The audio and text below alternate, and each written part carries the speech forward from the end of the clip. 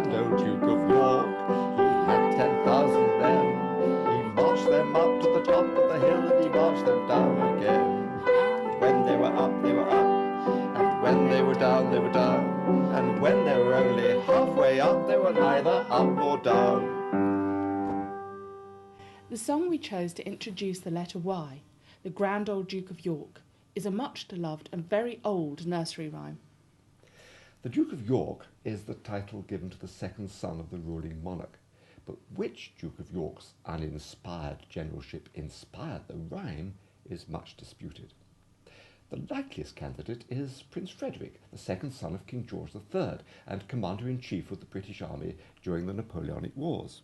He has a splendid statue on a column in Waterloo Place in London, but he was spectacularly unsuccessful in the only significant campaign in which he commanded the army in person, and was recalled in 1794.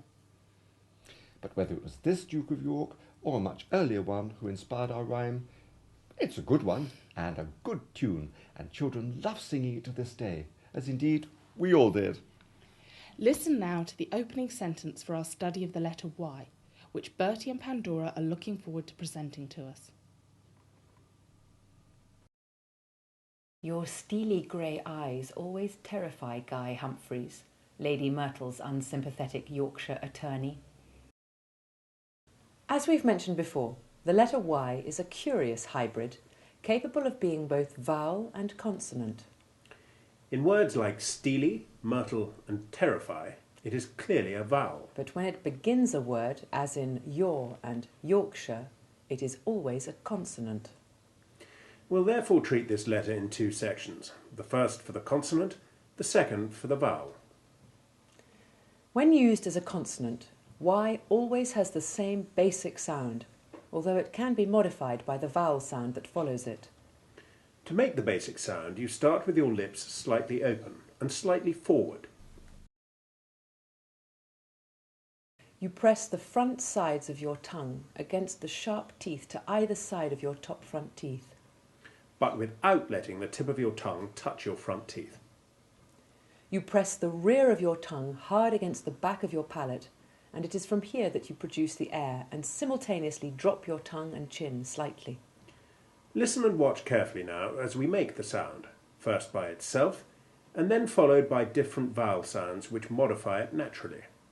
Y, y, y, yam, Yamaha, Yankee, yacht, yarn. Yawn, Yale, yellow, yes, yesterday, yet, year. Yearn, yeast, yield, Yiddish, yob, yogurt, yonder, yoga, yoke. You, youth, your, young, York, yuppie. Yin, And yang. Note also that whereas this is always the sound of an initial Y, it is never the sound of a final Y, and there are very few examples of it in the middle of a word. It occurs in beyond. This is simply a case of the prefix be in front of the Old English word yon or yonder, meaning over there. Otherwise, it is sometimes found in attempts to render the sounds of foreign words in English, as in canyon, which is an adoption from Spanish. Or in the delicious Japanese dish, teriyaki. Now you make the sound of the consonant Y and practice those examples.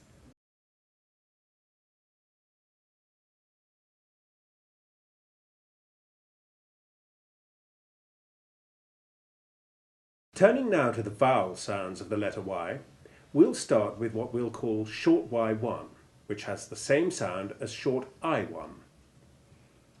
Listen to some examples of words containing both short Y1 and short I1. Lydia, lyric, lily, flimsy. Actively, grimly, primly, billy, silly. Now you say those words.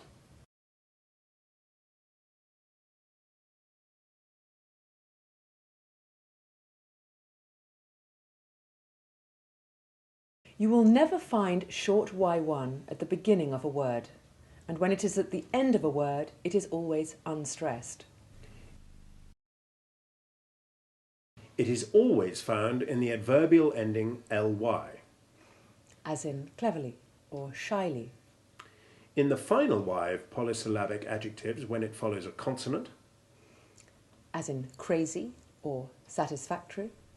And when it follows short O1 in boy, roy, and oyster and royalty.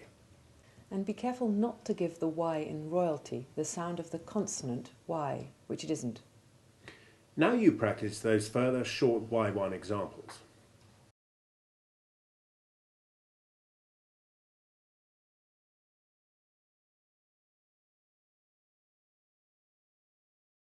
In nouns, the prefix syn, Together with its variants sym, syl, and sys, according to the letter that follows, as in syndrome, syllable, symmetry, and sympathy, always has the short Y1 sound, as does the much less frequent prefix dys, as in dyspeptic and dysentery. They both come from Greek words, the former meaning with or together, the latter meaning bad. and more often represented in English by short I1, as in discourteous, disease, and disharmony. Now you practice those words with those prefixes.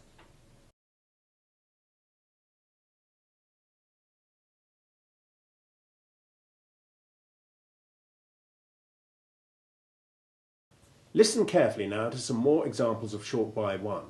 We'll start with a tiny sprinkling from the thousands of words ending with Y preceded by various consonants. And note, incidentally, the unusual sound of U in busy, where it is exactly the same sound as the following short Y1.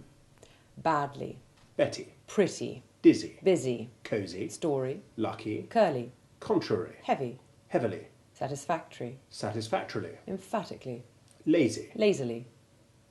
Now you say those words ending in short Y1.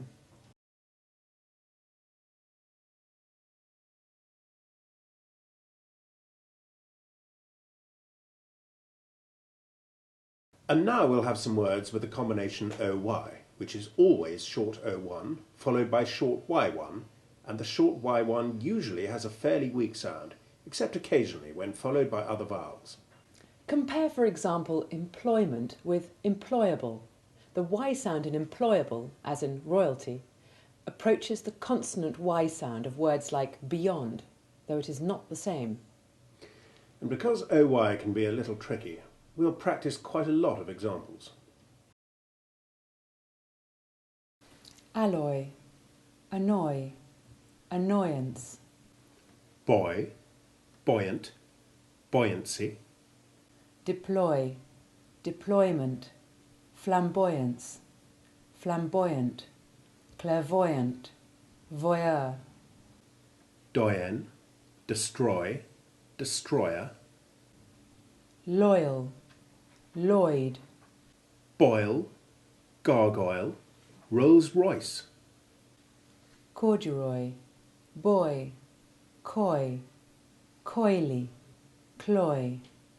enjoy, enjoyable, goy, ahoy, joy, joyful, joyless, Soy, oyster, ploy, employ, employable, employing, employer, employee, employment. toy, viceroy, royal, royalty, amoy, Troy, Roy. Now you say that fairly comprehensive list of OY words.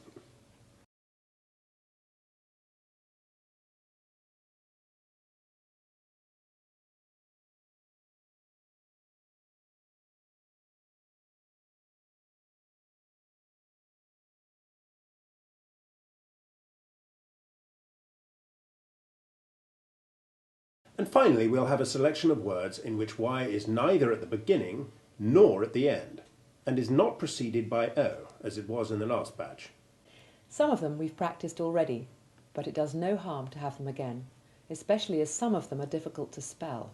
Symbolic, symmetry, sympathy, symphony, symptom, synchronize, syncopation, syndicate, synergy, synthetic, syllable, syllabub, system, dysentery, dysfunctional, dyslexia, dyspepsia, dystrophy, analysis, catalyst, dialysis, paralysis, lynch, lymph, nymph, emphysema. Now you practice pronouncing all those words.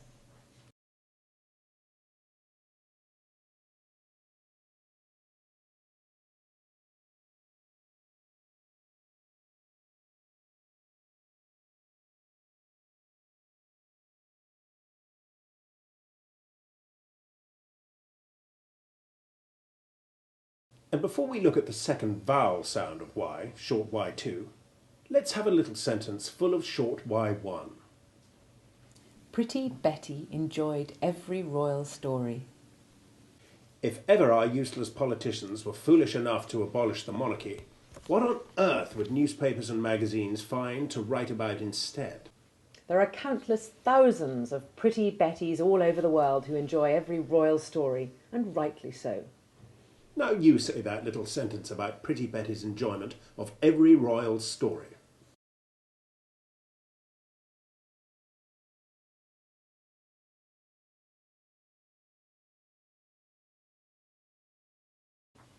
Our second short vowel sound of Y, the short Y2 of pyjamas, satyr and zephyr, is our old friend Ivy, a sound which is so common in other vowels, as in metal, label, actor or Arthur, but rare in Y. Now you say those three short Y2 words: pyjamas, zephyr, satyr.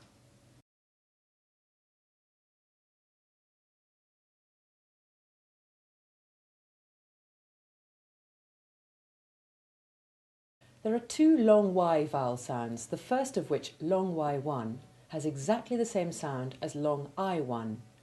Just as short Y1 sounds exactly the same as short I1. Listen to a few examples. Apply, Buy, bye-bye, cry, cycle, fry, modify, spy, try, why, gyrate, lyceum. xylophone. Now you say those words with the long Y1.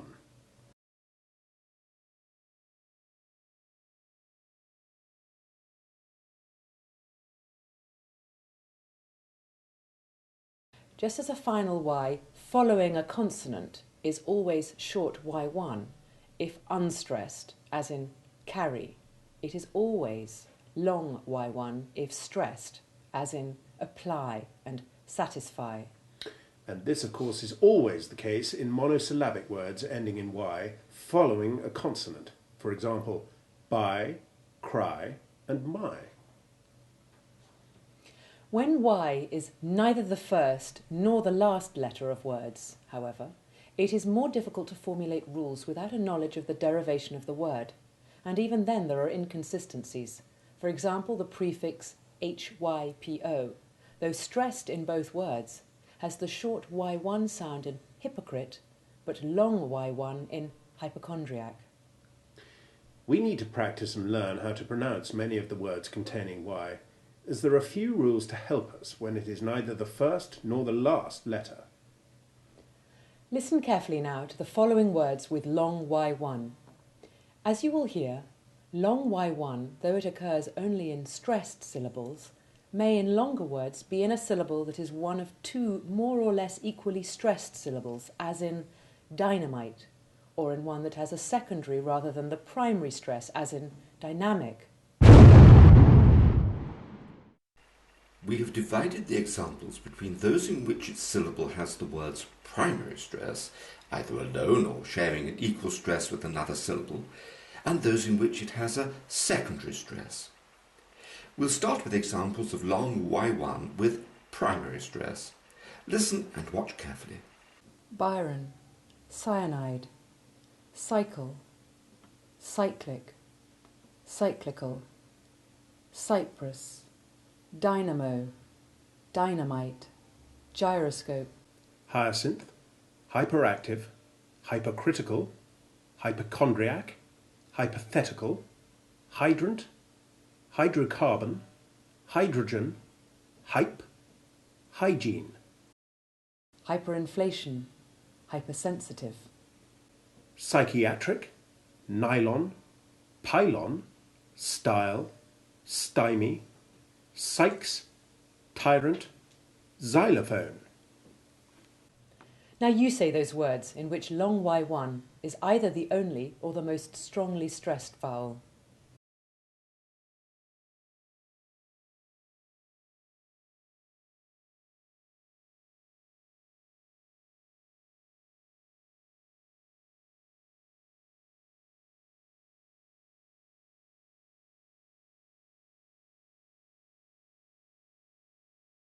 Now listen to some examples where long Y1, though stressed of course, is not the most strongly stressed vowel. Byronic, dynamic, hypotenuse, hypothesis, hyena, hydraulic. Lyceum, myself, myopia, psychiatry, psychology, typhoon. Now you repeat those words, some of which are rather difficult.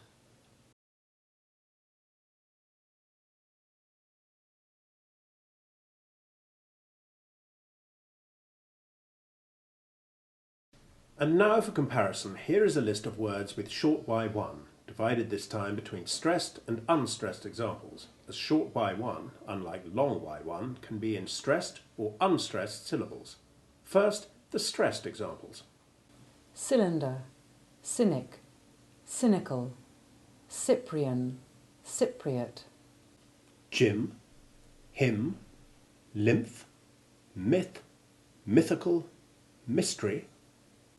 Dysentery, dystrophy, hypocrite, hypocritical. System, sycophantic, cryptic. Now you practice those examples of short Y1 in stressed syllables.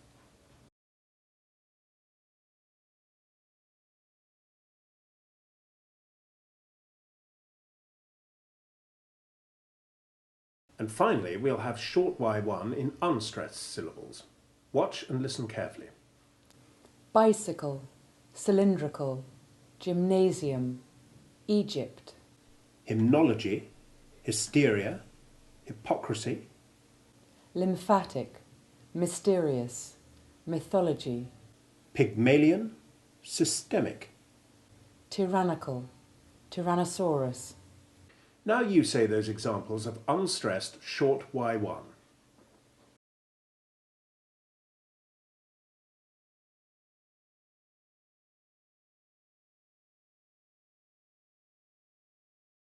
You will have seen and heard that occasionally a loss of stress changes a long Y1 to short Y1, as with tyrant and tyrannical, and cycle and bicycle.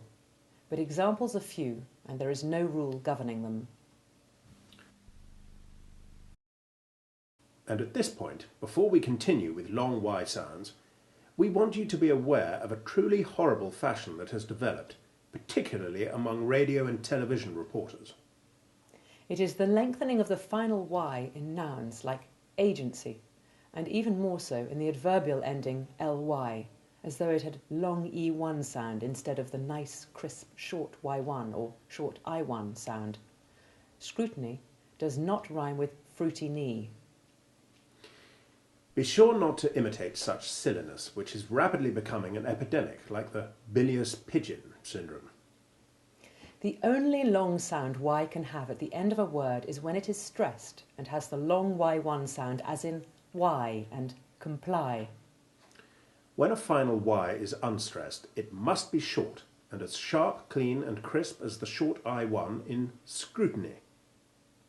Discrepancy. Or normality. And please use the English word normality and not the horrible normalcy, which is another regrettable corruption from across the pond. The other long Y sound, long Y2, makes a pair with the short Y2, of which it is the long form of the same sound. It is in fact our other girlfriend, Ursula, always stressed and always followed by the letter R. The sound is exactly the same as the first syllable of Ursula and the long E2 of nervous and perfect. Like ivy, this is a rare sound for Y to make. But we find it in a few words like myrtle, myrrh and Smyrna. In the first Y in Kyrgyz, the second being short Y1. In the bird of prey called a gerfalcon. In the name of the composer Bird. And in ferd, the Old English pre-Norman militia. Listen to a sentence in which this Ursula sound is produced by different combinations of vowels, which we have already studied.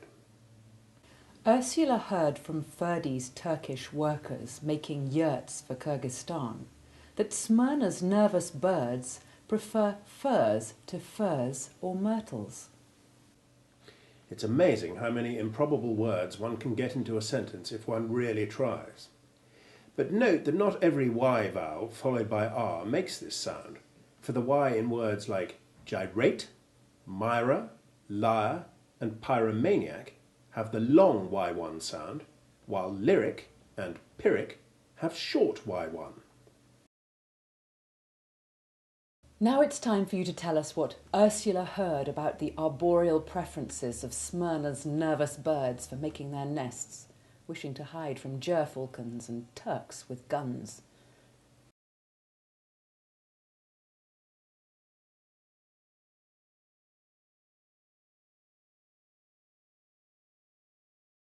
And now let's have one of our dynamic sentences including all the sounds of Y, the letter C denoting the consonant Y in the sound references.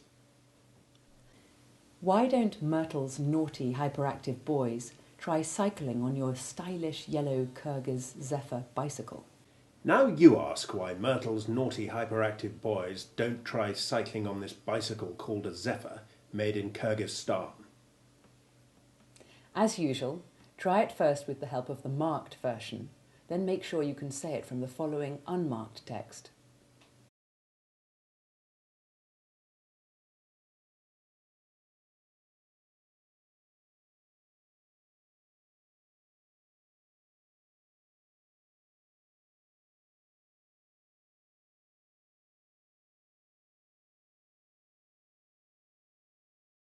The letter Y can also be silent, or virtually so. This is the case with all AY word endings, as in day and pay, including plurals of nouns, third-person singular and present participle verb forms, and compound words formed from them, like days, pays, paying, payer, and payment. Keep to the long A1 sound and don't try to add a short Y1 to it. The pitch of the long A1 sound may inevitably rise a tiny bit as you close your mouth to make a following sound, as in player, but the word play can be said without closing the mouth afterwards. Play. This is quite different from words like boy, in which the final Y is a properly sounded short Y1. The same holds true where AY comes in the middle of words like bayonet or mayonnaise. Except you may remember the word I, which is pronounced with the long Y1 sound like I. Its role in those words is simply to separate the distinct vowel sounds on either side of it. Listen carefully now to the following list of words in which AY has the simple long A1 sound. Allay, away, bay, clay, day, gay, hay, jay, lay. Lair, may, mayhem, mare, dismay, nay, pay, payment, repay. Play, playing, played, pray, praying, prayed. Ray, rayon, crayon, crayfish, Raymond, Saturday. Say, satay, slay, stay, stray, tray, way.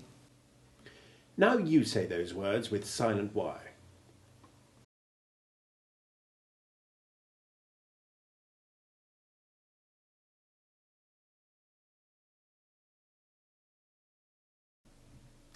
The Y is also sometimes silent in EY word endings, as in grey and they, But unlike AY, the EY combination can have several other sounds besides the long A1 sound.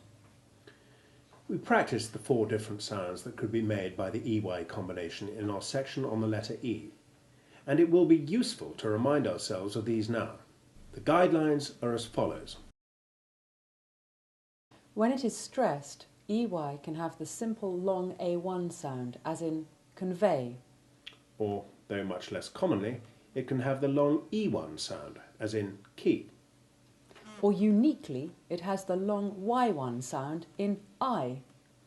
When it is unstressed, as in valley, the E is silent, and only the short Y1 is sounded.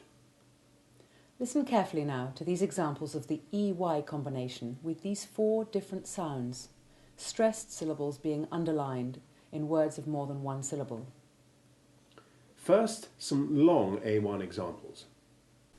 They, convey, conveyance, conveyor, Purvey, purveyor, survey, survey, surveyor. Hayward, Canes, Leighton, Peyton, Fay, dray, grey, prey, osprey. Now the long E1 sound. Key, Seymour, Geezer. Then there's the unique long Y1 sound of I. And finally, the much more numerous short Y1, as in the following. Alley, attorney, Audrey, Aubrey, Berkeley, Blakeney, honey, money. flunky, monkey, turkey, journey, Spinney, Starkey, Trolley, Valley, Tracy, Casey, Rumney. Now you say and learn those 4 groups of words.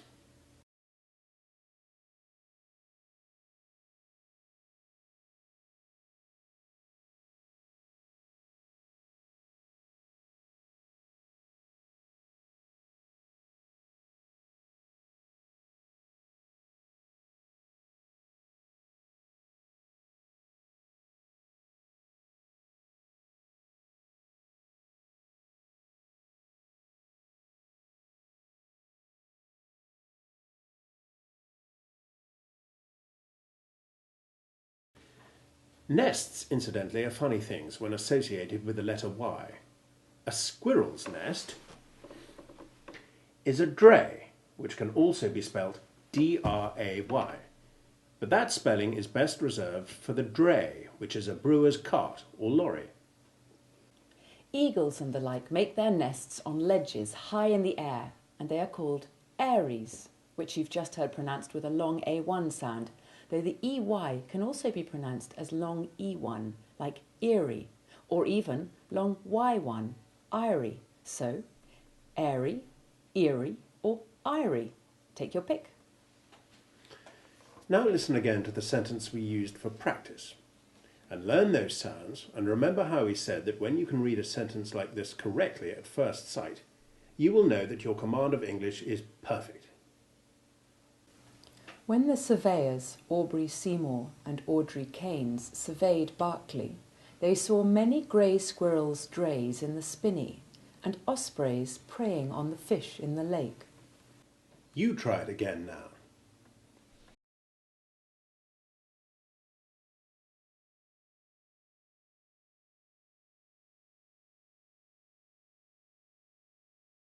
You will have noticed that there is a frequent interchange between Y and I, and in particular, that a final Y often changes into I while retaining exactly the same sound. Let's look at some guidelines for this. A final Y, when it follows a consonant, changes to I in the following circumstances. Adjectives ending in Y, whether it is short Y1 as in silly or long Y1 as in dry, and all other monosyllables, make their comparatives and superlatives by changing the Y into short I1, which is the same sound as short Y1, and adding the appropriate ending. ER for the comparative and EST for the superlative, as in dry, drier, driest. Or silly, sillier, silliest. Such adjectives also make their adverbs by replacing the final y with I and adding ly, which is always short y1, as with merry and merrily. Except when the adjective is a monosyllable, in which case it keeps its final long y1 when adding the adverbial ending ly, as in dryly, shyly or slyly. Verbs ending in y when it follows a consonant, whether it is short y1 as in dally or long y1 as in comply, similarly change their final y to short i1 and long y1 respectively when making nouns ending in er and ance, as in dahlia, dalliance, complier and compliance, and when making adjectives ending in ant, like compliant, and of course their adverbs like compliantly. Except in a few monosyllabic agent nouns ending in er, like dryer and fryer, which tend to be preferred to dryer and fryer, though both forms are correct. Such verbs, i.e. those that end in y when it follows a consonant rather than a vowel, also change their final y to I without any change of sound, i.e. short y1 becomes short i1 and long y1 becomes long i1 when Making the third person singular of the present tense by adding es, the e being silent and the s being hard s1, as in tries or carries. and when making the past tense or past participle by adding ed, again with silent e, as in cried or carried. But note that the y is retained when adding the present participle ending ing, as in trying or carrying. Verbs ending in y when it follows a vowel simply add the ending s to make the third person singular of the present tense, as in plays or surveys, and usually they just add the ending ed with the silent e when making their past tenses or past participles, as in played and surveyed. But there are important exceptions in the past forms of the verbs lay and pay, which are laid and paid. And say is different again, changing not only its spelling, but also its vowel sound for its past tense. Said. Nouns ending in y, when it follows a consonant, similarly make their plurals by changing the y to I and adding es, exactly as verbs do in making their third person singular of the present tense, as with spy and spies, or belly and bellies, the e similarly being silent and the s the hard s1. Spies can be either the third person singular of the verb spy, or the plural of the noun spy. Similarly, bellies can be the third person singular of the verb belly, as in the sail bellies out in the breeze, or the plural of the noun. Here are some more examples of the plural of nouns ending in y when following a consonant. Pennies, Bunnies, grannies, hankies, peonies, ponies. dummies. However, this method of forming plurals applies only when a final y directly follows a consonant.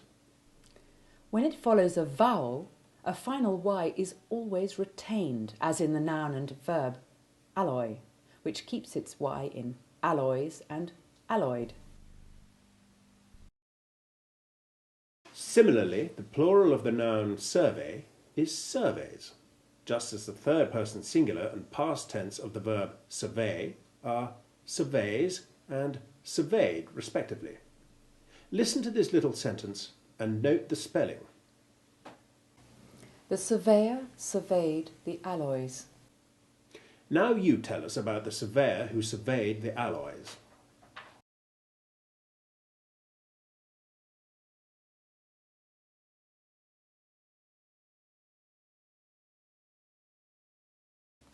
Now let's look at a longer list of examples. With nouns of only one syllable, it is easy not to make a mistake with the plural forms, but you need to take care with polysyllabic nouns. And note the spellings carefully as you watch and listen to them.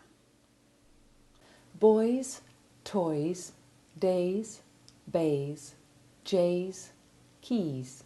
Lays, pays, stays, delays, praise, ways, Alloys, alloyed, tannoys, surveys. monkeys, flunkies, attorneys, spinnies, monies. The most frequent misspelling among these nouns occurs in the plurals of attorney and money, a pair of words which may seem to go together all too easily if you've recently paid a lawyer's bill. The plural form of the latter is seldom used because the singular form money itself has a collective sense. But when in some formal and technical contexts a plural form is required, it simply adds an S and does not have the IES ending. The converse of the change from Y to IE occurs when verbs ending in IE make their present participles. The main examples are die, lie, tie and vie, whose present participles are dying, lying, tying and vying, the Y being long Y1 and retaining the same sound as the letters it replaces. We notice that a few words could be spelt with either Y or I, and these include the following. The preferred spelling is given in the first line, but both are acceptable. I shall read only one line as the sounds are of course identical. Cipher, gypsy, siphon, dryer, friar. Note that the verb dye, meaning to stain with a coloured dye, retains its E in the present participle, dyeing, so as to avoid confusion with dyeing, the present participle of dye. We saw the same thing with singe, whose present participle is spelt singeing, to distinguish it from singing, the present participle of sing, though in this case there is a difference in sound. And now we'll tackle that difficult verb lay and its companion lie, when it is the verb referring to position and not to telling lies.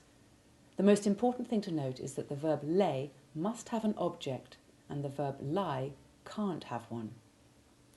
In the present tense, things are simple enough. We lay something down on the floor and it lies there. But the past tenses are more difficult. The simple past tense of lie is lay, and the past tense of lay is laid, which, like pay with its past form paid, does not follow the guideline that a word ending in Y that follows a sounded vowel adds the ED ending, as in played or strayed. I laid it down on the floor and it lay there for 3 days. But this is not the end of our difficulties. The past participle of lay is laid, the same as the simple past tense form, but of lie it is lain. I have laid it down, and after it has lain there for 3 days, I shall lay it on the shelf where it will lie for ever after. All this, of course, has little to do with pronunciation, but a great deal to do with speech. And it's very relevant to our course because you don't want to pour wine into a beautiful glass and find a dead fly floating about in it. The embarrassing confusion of laid and lain is very common. Just remember that laid comes from lay, which must have an object, whereas lain comes from lie, which never has one. and don't forget that lain is not part of a passive verb. If you turn the active I laid it down to the passive, you say it has been laid down.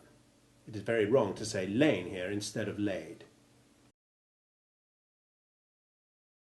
And you must never say, I laid down to sleep. Laid is the past tense of lay, not lie, and you can only lay something or someone down, even if it's only yourself. I laid myself and my baby down on the bed is correct. I laid down on the bed is wrong. It's the fact that lay is also the past tense of lie that causes the confusion. It will be easier if we set out examples of the forms of the two verbs lay and lie in a little table. Watch and listen carefully. He lays the table for every meal. She always lies down after lunch. I am laying the table for supper. I am lying down for a little rest. She laid down the law. The dead king lay in state for 3 days. She was laying down the law again. He was lying there without moving. They have laid all the foundations. That poor book has lain unread for days. The foundations have all been laid now. It has been lying unread for days. Laying down the law, by the way, is a frequent expression if someone is being bossy or telling people forcefully what to do. Or more frequently, in the case of teenagers, what not to do. You will find laying seldom used because it is more natural to say that someone or something has been lying somewhere than that it has lain somewhere. You will, however, hear people misusing lain simply because it is unusual, and they are drawn to the unusual, thinking it shows how clever they are, unaware, poor things, that all they are doing is showing their ignorance. You must be on guard against this mistake, as carefully as against using laid where lain is required. Listen to the following sentence and note the correct uses of the two verbs lay and lie and their different tenses. He lay on the bed, and having laid himself down, he couldn't go to sleep. So having lain there for half an hour, he decided to lie on the floor instead, without even laying a pillow down for his head. Now you say that sentence to help keep the dead flies out of your lovely wine.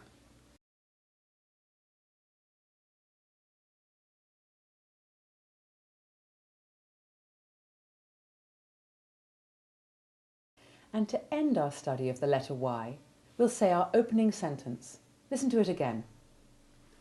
Your steely grey eyes always terrify Guy Humphreys, Lady Myrtle's unsympathetic Yorkshire attorney. Now you tell us about the effect of those steely grey eyes on Lady Myrtle's unsympathetic Yorkshire attorney before we attack the last letter of the alphabet, Z.